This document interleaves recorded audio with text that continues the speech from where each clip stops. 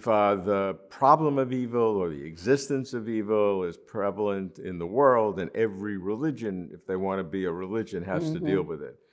Buddhism really makes appreciation of evil a central idea and of suffering.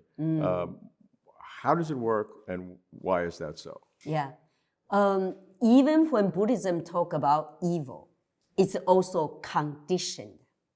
So there was no like a cannot change or substances of evil.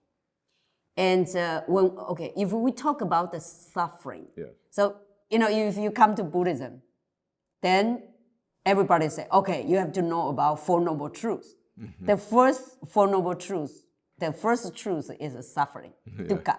And the secondly is the cause of the suffering. And then the third one is cessation. That means, kind of Stopping. Stop the suffering. And then the fourth one is the path to the stop suffering. Yeah. So, but very interesting, many people always say, what is the teaching of Buddhism? Is suffering. No, I always teaching people, well, you stop only on the first noble truth. You didn't move to even the third one, cessation of suffering, and even how to stop the suffering. So the cause of suffering that Buddhism calls is craving. Of course, finally, is the ignorance. And Buddhism used the evil very different from the Buddhism and the Christianity, because we do not have the original sin. And Buddhism talk about everything is conditioned. And I always use this metaphor. Okay, for example, right now we are in the dark room. Okay, no light. There's a window, there's a door, but no light. So we are in darkness. And of course, how are you going to change? Okay, we light a candle, or maybe we turn on the switch and then suddenly, become bright. Maybe the kids, or, in our human language, we say, oh, okay, the darkness, went, gone. And, the light or brightness, coming. But we all know there was no going and coming. It just, we changed the condition. So in Buddhism, we have a famous, what is the true repentance? So, 罪性本空由心造，心若灭时罪亦亡，心亡罪灭两俱空，是则名为真忏悔。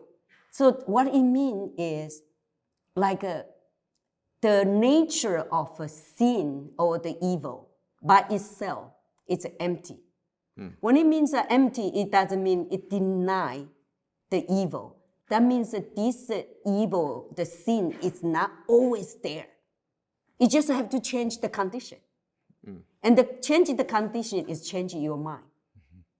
So if you apply to our daily life, many people are kind of suffer by guilt, guilty, like doing something, or we become addicted, we want to change something.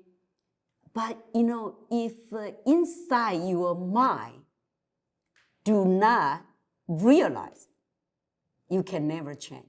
So that is why in Buddhism we have a called butcher. You can put down the knife and attain the enlightenment. That make it possible. So in this verses I kind of recited to you what it means. 罪性本空由心造. So the nature of evil or the nature of a sin by itself is empty, but it comes from your mind.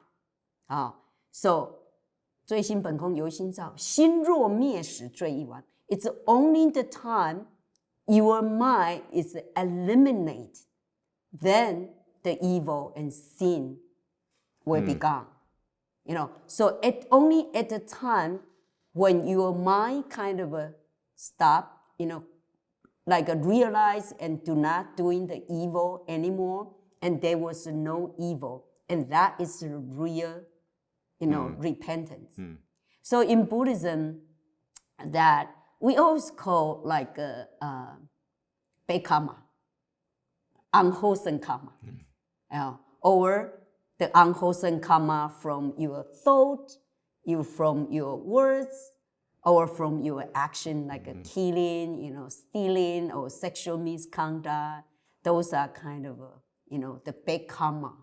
So that's what we call evil. So Buddhism doesn't have a so-called problem of evil, which Abrahamic religions have, because if you have a creator God that's all good and you have so much evil, that's a problem. Buddhism doesn't have that problem because there's no good creator God. No. And evil you deal with because of suffering. Yeah. So evil, in a sense, in Buddhism is not a problem. It is a reflection of Buddhism's understanding of reality from its perspective. Exactly. And I also tell people that a lot of people go to, the temple, pray, the Buddha, say, okay, help me. And we have to tell them that you can help yourself. Yeah. Because if you have a, sin, the Buddha just help you to get rid of it, or the Buddha give you the sin.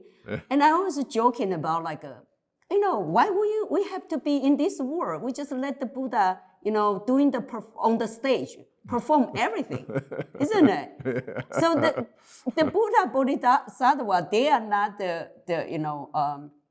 we call a project, like the main character, isn't it? They are not the actor. Yeah. We have to deal with our. Because if the Buddha did everything, they wouldn't need us. The Buddha would just do it on the stage, and that would be the whole story. Exactly, isn't it? Yeah, so, that's very good. But of course, when we come to the evil, and Buddhism also talk about you have an individual karma and collective karma. So what it means is, if I'm doing something bad, yes, maybe inside of me there was a condition. For example, I want to steal something, and the whole environment allowed me to steal. For example, nobody's guarded there. Or my friends say, okay, let's do it. Or in our society, everybody encourages, say, okay, doing these things make you rich. So sometimes it come to the, kind of, crimes, and people ask, it's whose responsibility? And some people maybe say, okay, of course, it's the person who do it, but also the other theory will say, no, it's our society. Yeah. And Buddhism will say both. Because we are living in this society. Many people living in society, but why I don't steal? And you go to steal. But of course, the way he will steal, it's also depend on what kind of education, what kind of knowledge, in his mind he received. So it's both. What's the attitude of Buddhism toward sexuality? Because many religions have a very restricted form and very strict guidelines for sexuality, different in different religions, but sexuality is often a sin or whatever you call it in different religions. Yeah. If you look at in Buddhism, that you have the monastic, the monks and nuns, and then we have to follow. The first one is what we call the vow or the precept. We follow is called celibacy. And then you have lay people.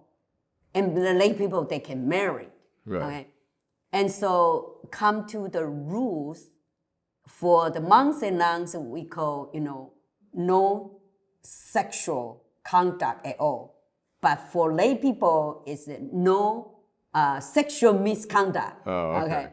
And the reason why monks and nuns have to follow the celibacy, the reason, the desire, the sexuality is the main reason to bring, as a human being, come to this world. Okay.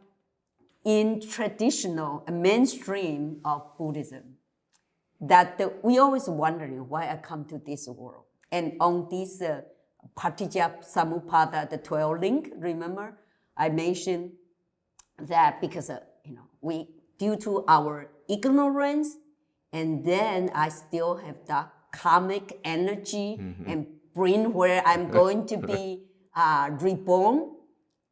In mainstream of Buddhism, always repeat the reason I come to this world, is because my consciousness seeing, not through the eye, but the consciousness seeing the mother and father in union. So then my consciousness enter into this fertilized egg. Oh. So that's why I come to this world. Everybody.